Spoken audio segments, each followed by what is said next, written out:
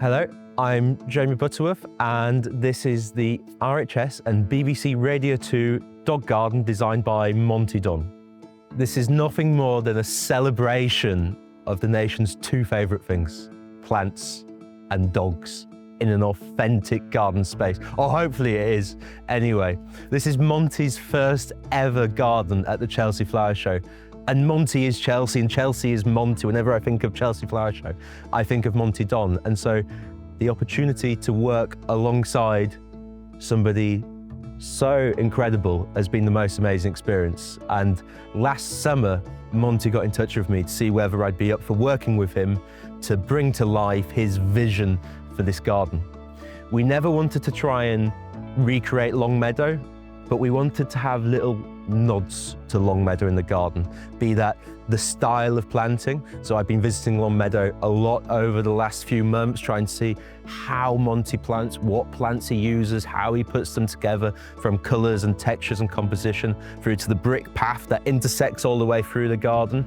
We even have doggy trails running through the planting that Ned has designed. We have a stream that dogs can wallow in, which is inspired by Joe Wiley's garden.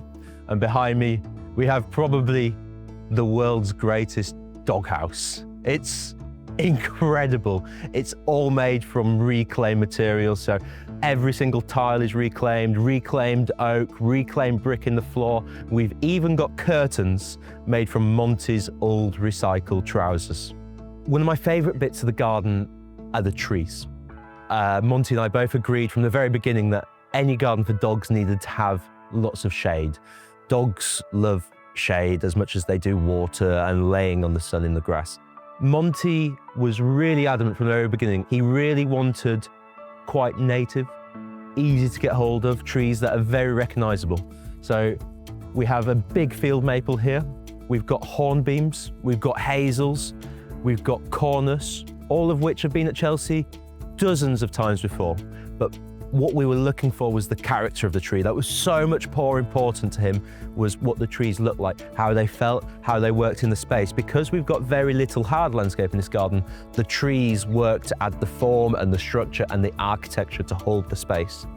And as we come down into the perennials then, we've got some really joyous, fun. It's just fun is the best way to describe it. So we've got the bold, bright purples of the lupins and the cerciums and the poppies that weave throughout. And then we've got an injection of the orange, which just really adds a bit of dynamism to it. We've got Nepeta, we've got salvias. The whole planting palette is held together with the structure of these carpinus hornbeam balls that bounce along. We've got the key dogwood in the front as well. It's a lot. It's full, and it's a real example of actually sometimes more is more. The very best bit of this garden is that straight after the show finishes, it travels 500 metres that way, just over the bridge to Battersea Dogs Home, where it would be rebuilt, relocated, and have a real long-lasting legacy for the dogs and the staff at Battersea. Every Chelsea garden goes somewhere, and that's such a powerful part of every garden at the show. And I'm so excited that this garden will live on forevermore just over there.